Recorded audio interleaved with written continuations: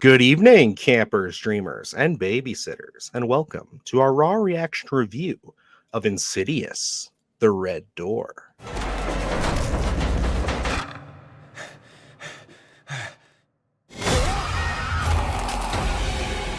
Alrighty, Luke. So we got through June, and there weren't a whole ton of big horror releases in theaters, but July seems to be pretty promising with a few things on the horizon here.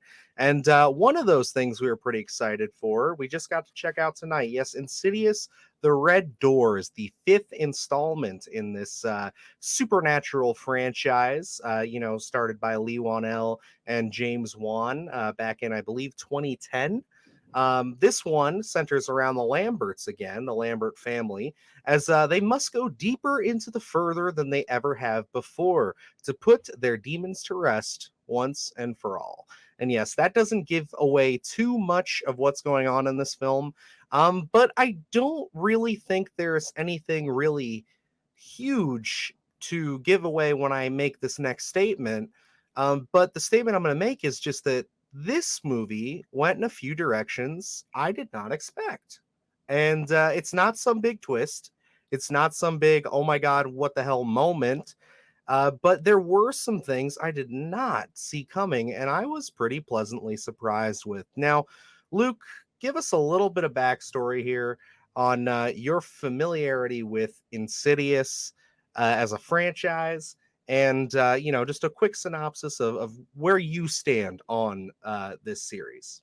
Well, like I said in our short, I think Insidious for me ends up being a mixed bag. I think I can always count on the Insidious franchise to give me a handful of good scares throughout each installment, and that's usually what I go into these films wanting. Not necessarily a long, drawn out story, but I looking into the Lambert family as a whole, where they are the central characters for those first two installments. I think those are some of the best storytelling devices. It's like three is one of my favorites in the franchise, and it goes off in a different story, as well as The Last Key. And I did see The Last Key in the theater, and that one did leave a sour taste in my mouth. So as when anyone asks me about the Insidious franchise, of course, recency bias is always the last film that you'd seen, and Last Key for a long time had been that last film that I had seen in the Insidious franchise. So I was a little lukewarm on the entire franchise as a whole. But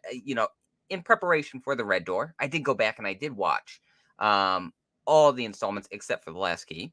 And I will say there is a lot of good stuff in this franchise. And I'll say The Red Door did live up to those previous three installments, not talking about The Last Key. Yeah, that's great to hear because I have seen the first two. I have not seen three or The Last Key.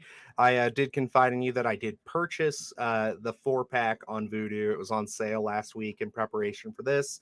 So I got a good deal on it, and I do plan on rewatching them. We just didn't have a lot of time, these last couple weeks to really for me to sit down and give it that thorough watch through. But I was still intrigued. I remember really enjoying the first one when I saw it on DVD. I didn't go to the theaters to see it, but I did go to the theater to see number two with a bunch of friends, and I had a good time with it. 3 and 4, I guess, just kind of didn't really pique my interest enough. I guess maybe because I saw that they kind of drifted away from the central characters of, like Rose Byrne and Patrick Wilson. So I was just kind of like, okay, it is what it is. But, the Red Door intrigues me. Would not even just the fact that Patrick Wilson himself was stepping behind the camera to direct this, which I thought was really intriguing. But the fact that we got, I want to say almost everybody, I'm pretty sure all of the original cast who, made it through the other films, in this flick. And I thought that that was pretty awesome to see, Dalton all grown up coming back. Yeah, even the brother Foster was the same little kid in the last one.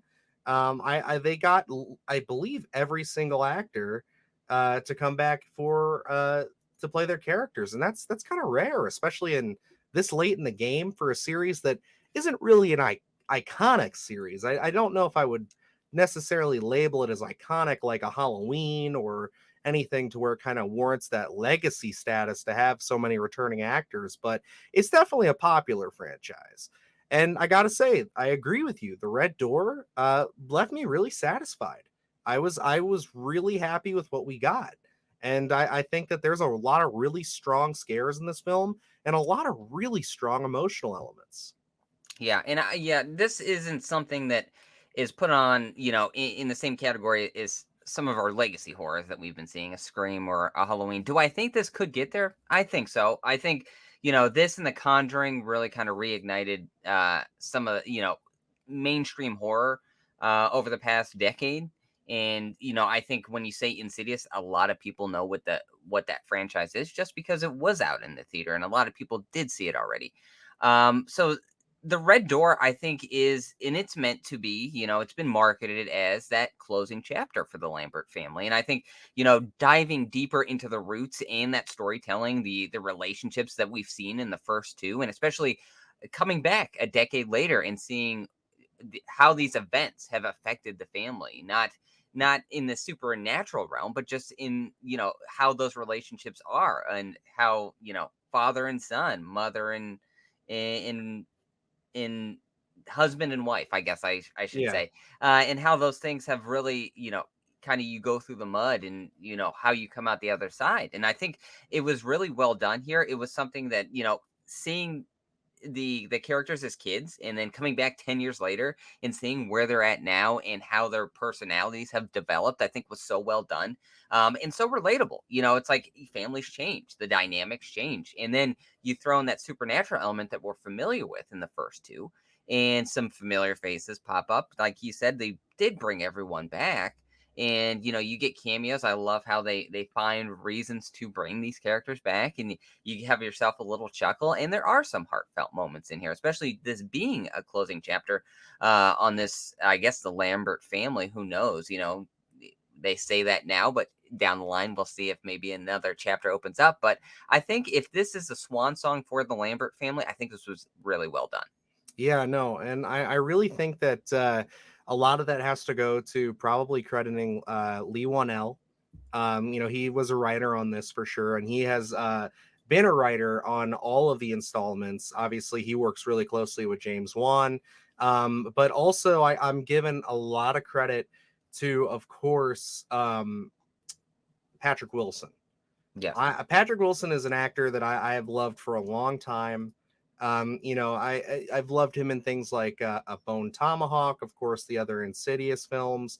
But the dude has just had a really crazy career. I mean, he was even in Watchmen, and then one that I still need to see, but I'm always hearing great things about is Hard Candy. And of course, again, you already mentioned it, but the Conjuring series, so he's kind of had his hand in two of the bigger supernatural franchises of the 2010s.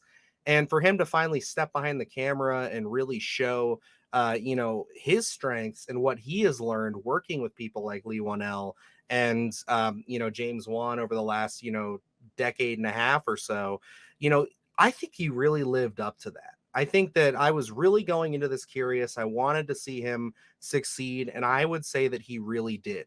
And one of the things that I think he brought to the table that, for the life of me, I need to kind of maybe go back and see in the other Insidious movies, but I know is there in The Conjuring, especially The Conjuring 2, is just those lighter family moments and having those real emotional ties to these characters. You could tell that he actually really cared about the Lambert family, and that these were characters that he wanted to explore and give kind of a nice closing chapter to.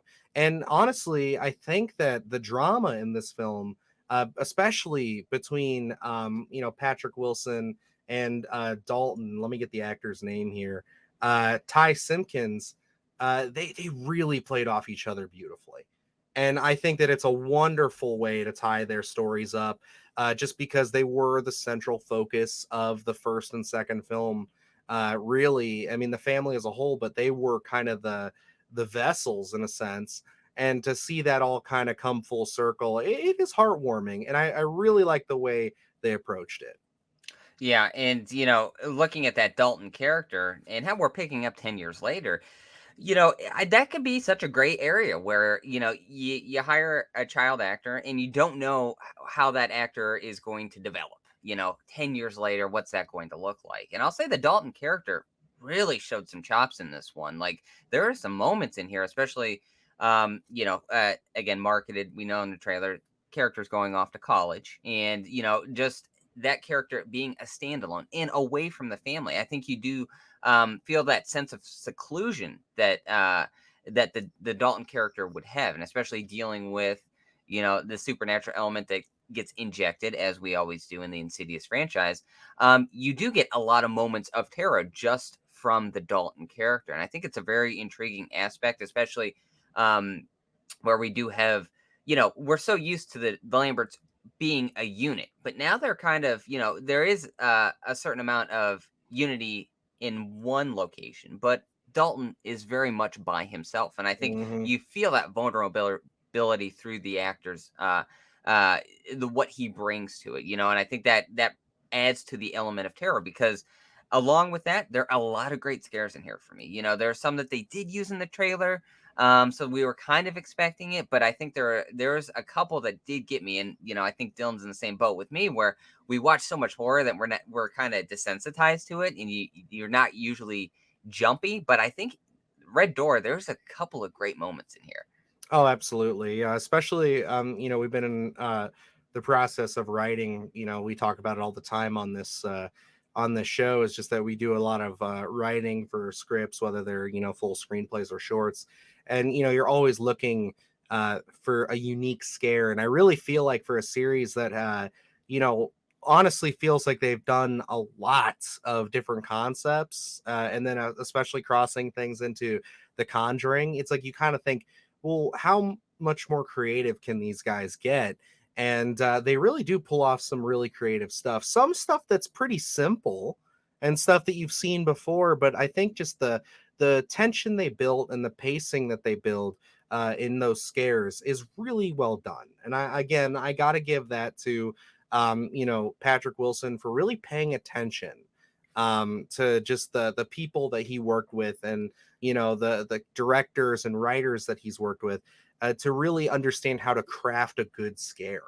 And there were a couple in here. I said it after the movie ended. I know there was one that you and your significant other were very taken with, that I was like, I just wish they didn't show it in the trailer, because I remember, I saw that trailer. I've been to the movies quite a bit this last month, seeing things that aren't horror. So it's like, but every movie I've seen that trailer. So it's like it was really ingrained in me. And I just think that if I had only seen this trailer maybe once, that they would have had more of an impact. But I can't sit here and say that they're not impactful scares. They are. Yeah. It's just, again, that unfortunate bit of repetition for me of, Yeah, like, just watching it again and again. in looking at that particular scare, and yeah, I saw it in the trailer, but like seeing it in the theater, and for me, I was taken by how well constructed it was. And again, that's what you get with the Insidious franchise, whether you're in it for the story or not. I think looking at like chapter 3 for me, there are so many well constructed scares in there that it looks like coming to the Red Door, especially seeing the last key, and I'm like, are they really going to live up to what I had seen in the past? And I'll say the Red Door, again, there's some unbelievably well constructed scares in here that will get you. And even if it's the stuff that you've seen in the trailer previously, being able to see it in the theater, I think, and live in the moment and say, "Ooh, they really did build that tension to earn that scare." I think the Red Door does it perfectly. Yes, I would agree. And I really liked seeing a lot of the returning demons too. If you've been a fan of this franchise, it's no secret they've shown them in the trailer. We are getting, I believe, in the credit series listed as Lipstick Demon. But he is Darth Maul, as everybody likes to call him back in the day. I will say the update to his design is, yeah, I think it loses a little bit. I kind of liked the brighter red face, and we don't see him too much. But again, I just don't know if you can do any better than what they did in that first film with him. He's kind of just there as like a familiar face and a cameo. So I guess that's a one con I can give it, is that yes, the demons are there, but it's not really like a central focus demon. It's more just like the concept of what this family has dealt with as a whole coming back to them, with really two central demons. And it's just something where it's like, I guess I miss that a little bit. But again, I think that the point of this was more to focus on the family themselves, and not only the struggles with the afterlife that they have to go through, or the further, as they call it, but they also just the struggles of what the hell happens to your family when you've gone through two possessions in 1 year, and your husband tried to murder you, and your son was almost in a permanent coma, taken away, all this stuff. And I think that they handled it really well. So I think that if you are a fan of the Insidious franchise, this is going to be a big win, I would say, for you guys. As someone who's more of a casual fan, this is definitely great. I enjoyed this. This is something that I look forward to adding to my Insidious collection. I haven't seen the last key or three. I do want to check out three based off of your recommendation and others. The last key, it might take me a little bit to get around to it, but I will watch it just to be a completionist here. But I think I would revisit the Red Door, especially when I watch one and two. I think if I watch one, two, this is a great way to end it. Like we said, there's a lot of great scares. I thought the directing was very competent. All the actors did a fantastic job. And really, I just think overall, the Insidious franchise as a whole, but this one especially, they've really nailed the kind of modern aesthetic to these supernatural horror films. And I think that they've kind of carved out their own niche. You're watching this movie and you just know what universe you're in. And for, modern horror, that's really tough to do, especially dealing with demons. Like, we watch The Pope's Exorcist and other things like that. And I think The Boogeyman did a really good job of setting itself apart. But, it's one of those things where when I'm watching this, I definitely know I'm watching an Insidious film. It's got its own tone, its own color palettes, its approach to its characters, and its approach to scares, and it's all very unique to it in of itself. And I gotta say, they did a great job. And yeah, I would definitely say if you are interested, or if you're just a horror fan in general, go out and see Insidious: The Red Door. Yeah, I second that as well. I think if I had to give this any con, I thought maybe the resolution was I don't want to say underwhelming. I just lacked a little bit of an impact for me. But I think they were really focusing on a conclusion for the Lambert family. So in that aspect, it's like, okay, well, you kind of have to give it a particular ending that I think is going to leave the people who have been with the franchise for this long kind of going home happy with empty popcorn buckets. But I think overall, I think this was a lot of fun. And like as Dylan said, there is a particular tone with this Insidious franchise, especially looking at this franchise and it having Patrick Wilson in it and almost sharing the same space as the Conjuring universe. And it's like uh, those can kind of get melded together in forgetting what happens and what. If you're just a casual fan, but I think the Insidious franchise has such a unique tone to it, especially when you look at just almost sectioned out scares and what they bring to the table. The Red Door is no different. This is something that, especially if you are watching one and two, you're gonna have to follow it up with the Red Door. This is something Hmm. when it comes out, I definitely want to own just because I do want to go back and watch it because I think there are so many great scares in this one. So if you're a horror fan, if you've seen one and two, would highly recommend the Red Door. Or if you're just a horror fan that wants to kind of is looking for a handful of great scares, I think the Red Door is for you. Absolutely. I think that one, two, and the Red Door make a pretty solid trilogy Yep. in the horror space. I think that this is one of the better trilogies that we've had, just story wise, over the last decade or so. Because again, I think that this one bolsters those first two films in a lot of ways, and really brings it home with an emotional, again, more story driven punch than I was expecting. And yeah, I do have to admit, I've been very positive, and your critique there at the end did remind me. I do want to say that yes, I agree with you that the ending does kind of lack that, I guess, punch that I was looking for. But also, I feel like the ending was a bit jumbled, with how events sort of play out, like how characters get to a certain place. It's like we're kind of building up to something, and then it feels like somebody just arrives It seems a little out of rushed in nowhere. certain It aspects. does. It feels like maybe there were some scenes cut out. So I'm Yes. very curious to see how that goes. It's the only part of the film I would say that the pacing really starts to get a little wonky. For the most part, I think that it's a slower paced film. And it really takes its time with its scares and it moves pretty well. But yeah, that third act is a little bit rough when it comes to that. But I don't think it takes away from the experience overall. Because again, I walk away from this very positively. I walk away from this very satisfied, very happy. And it's something that I might get used to on further watches. Absolutely. But alrighty, guys, it's going to wrap us up here for our Insidious The Red Door review. Yes, yeah, it's no secret. If you have been keeping up with the channel, we post all the time. And then we just kind of stopped for a couple weeks. There's a reason for that. And we're going to be announcing that here shortly. So please bear with us. We've been working on something that has become a bit more of an undertaking than I think we anticipated initially, as most of our first time jumping into something stuff does. But we appreciate you guys, sticking with us. We've seen the subscribers keep going up, even though we haven't been posting content, which has been, something wonderful. And I've seen comments and I've seen people talking about our stuff still, and we appreciate that.